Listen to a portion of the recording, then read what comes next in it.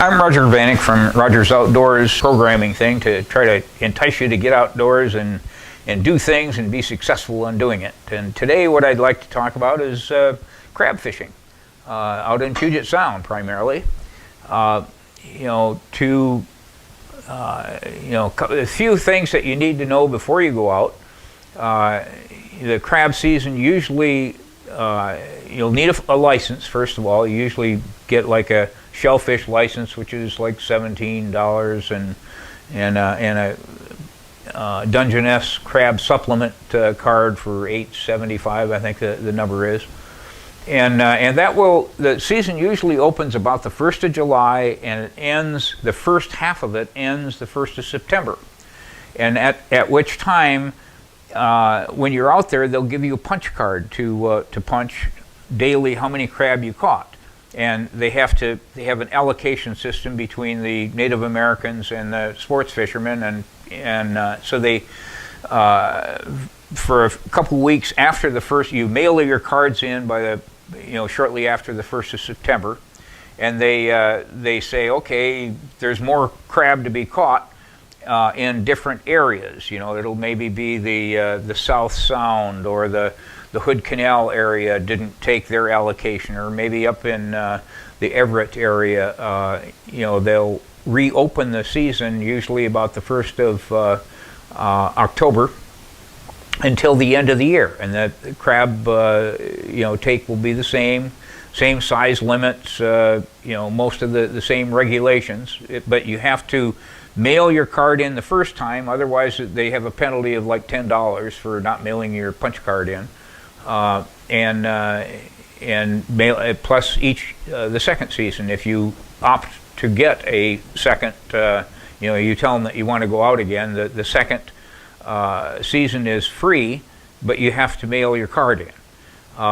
So the way to do your crab fishing, I mean, there's two basic styles. Where I've found the crab to be most frequently, I mean, you can fish out in Elliott Bay. You can fish, along the edges out at Shoal, for example, mouths of rivers that salmon are going up and down. The crabs like to wait for stuff to be washed down the rivers.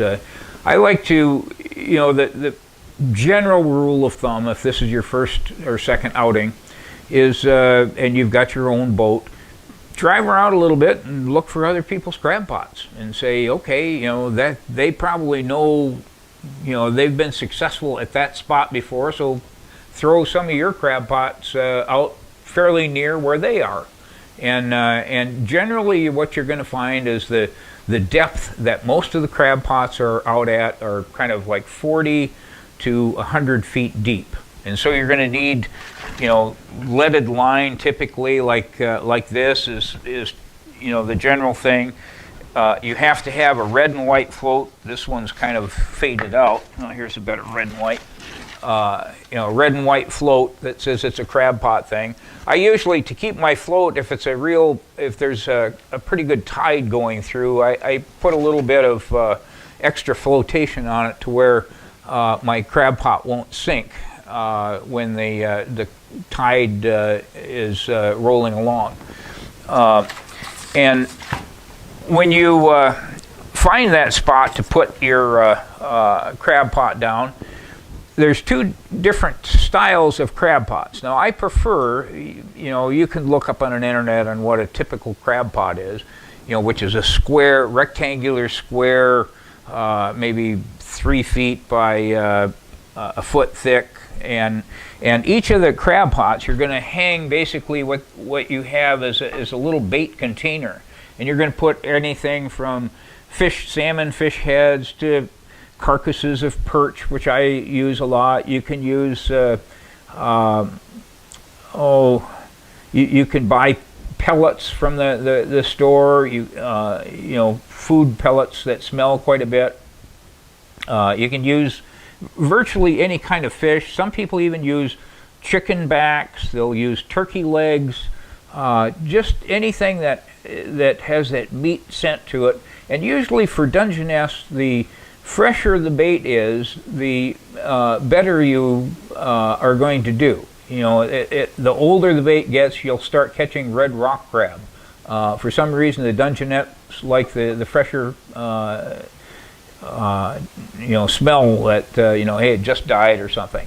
Now, what I do, I like, when I go out, instead of going out on a fishing trip, I generally just take my canoe out, for example, and plan on what you know, on doing nothing but crab fishing.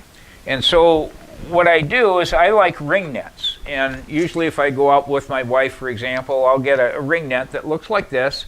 And when you let it down in the water, it collapses. Let's see if I can kind of demonstrate that. It collapses and just sinks down to where the crab can walk on top of this net to try to get at this food that you've got in this little bait container. And you can see that it's held securely here by a snap onto the bottom of the thing, onto the bottom of the ring net. And you let it down with you know, you usually keep 50 to 100 feet of rope, and you've got these little snaps on the rope that like this. Then you just snap this onto the ring net like this and let it down. Now the difference, one of the reasons I like the ring net as opposed to the, if I'm going out and I'm strictly going for crab, is the crab can almost immediately smell the scent and walk up on the onto the bait, and you can pull these pots in about 15 minutes after you drop them down. If you drop down a regular crab pot that only has gates that they have to push open to get inside of, the crabs spend a fair amount of time just wandering around, kind of saying, okay, you know, how do I get at that bait? I can smell it, etc. And they crawl up on top of the pot, and they, you know, it takes a couple hours a lot of times for your first crab to get in there. So you have to leave them out for extended periods of time, 2 to 4 hours. And if I'm just out only crabbing, I like to just, you know, set these down and put them in a row of maybe 4 of them for my wife and I. You can have 2 per person, and let them down, and by the time I paddle from one to the next and check for the crabs and take them out and rebait sometimes and drop it back down, my 20 minutes is up, and I move on to the next pot and you know, pull the next batch of them in. And basically the limit, the crab need to be 6 1/4 inches, and you have a little tool that you stick, you know, kind of across the widest part. You look this up on the internet to see where you measure. It's not the very widest part of the crab. It's just there's 2 little tips that come up, and you kind of put this down just behind those 2 tips to measure 6 1/4 inches. And these little gauges will tell you that. If you happen to go out and you don't have a gauge and you wonder, Jesus, is this crab big enough or not? If you have a dollar bill in your pocket, a dollar is 6 inches long, and you can kind of estimate what that extra 1/4 of an inch is in terms of length, you know, the size of your crab. Rock crab only have to be 5 inches long, the red rock crab, and you can keep 6 of them as well as 6 Dungeness on the same outing.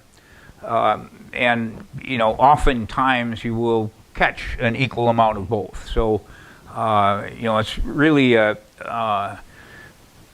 know, a tasty outing if you really get into them. One of the things I like to do after, you know, when I catch the crab and I bring them into the canoe or little boat that I'm in, I'll put them in a pail of water and let them, you know, swim around a little bit and stay alive.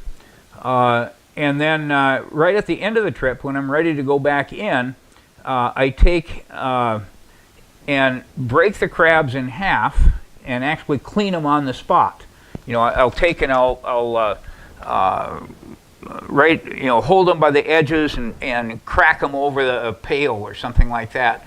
And then I'll take the two halves and peel the insides out. You have to leave the male, the thing that shows, you can only keep male crabs, so there's a little kind of V-shaped, sexual identifier on the bottom of the crab that will say this is a male, and make sure that you can differentiate between a male and a female, otherwise you'll get a ticket, so you don't want to do that.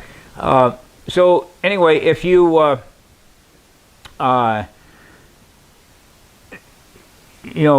keep the fish, the crab, moving around fresh, and then just kind of, while they're still alive, crack them open rather than trying to drive all the way home with these crab and keep them alive. Because if that crab dies on you, it doesn't have enough oxygen in the water that it's in. As it's dying, it releases kind of a toxin into its into the meat and will really spoil the taste for you and maybe even give you an upset stomach on behalf of that. So, it pays to keep your crab fresh. If you're going out there on a hot summer day, you might want to put them on ice after you've cracked them in half and killed them and cleaned them, before you take them on the way home. But again, if you look, your basic tips are, A, buy a license, B, get some kind of gear like this, and also you don't necessarily need all of that. There are different devices, this being one of them, that you can hook this to your fishing pole and put some kind of bait inside, maybe a little piece of salmon or something like that, and then just cast it out. And when you off from a dock that you feel, oh, there's probably crab around here or something like that, and you'll actually feel the crab kind of tugging at it. You'll see your line go, jerk, jerk, jerk.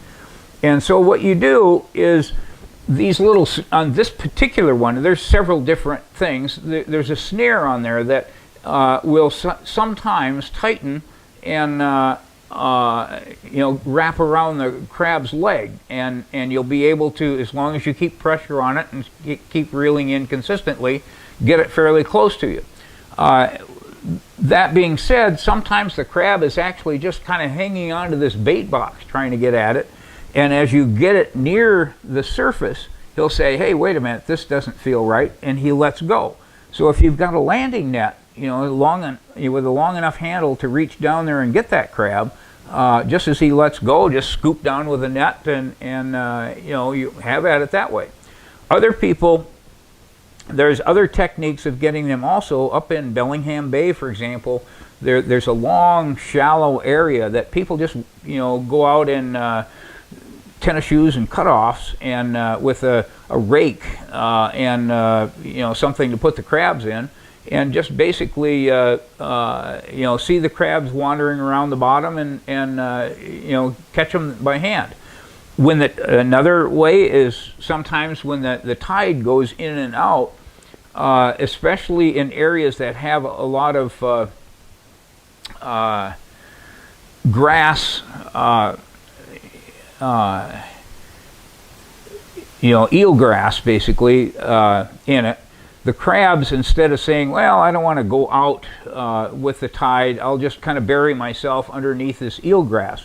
And so when the tide is out, sometimes you can walk across and look very closely at that eelgrass, and you'll be able to spot a bit of a shell sticking up, and you'll be able to uncover a crab. Sometimes they're actually mating, and you can get the male crab that way. There's a number of different ways of taking them. Again, it's just make sure you're in season, have a license. As soon as you get that crab in the boat, you're required to pencil it in that day. Okay, I just caught, this is my third Dungeness. You don't have to record rock crab, but you do have to record Dungeness. And and mail that card in later on to show how well you did. But anyway, it's a great, if you haven't had, Dungeness, crab in a while, you will really get hooked on the sport. And quite often, coming back with 6 crab, or you go out with a buddy and you get a dozen crab between you, you can, it's just really a feast, and you will really enjoy yourself. So, look for, there's a lot of hints on the internet on where to go. Camino Island is good, and just there are all kinds of hot spots, but other people's crab pots are going to lead you, lead you to the gold, the brown gold that's down there. So enjoy yourself and eat well.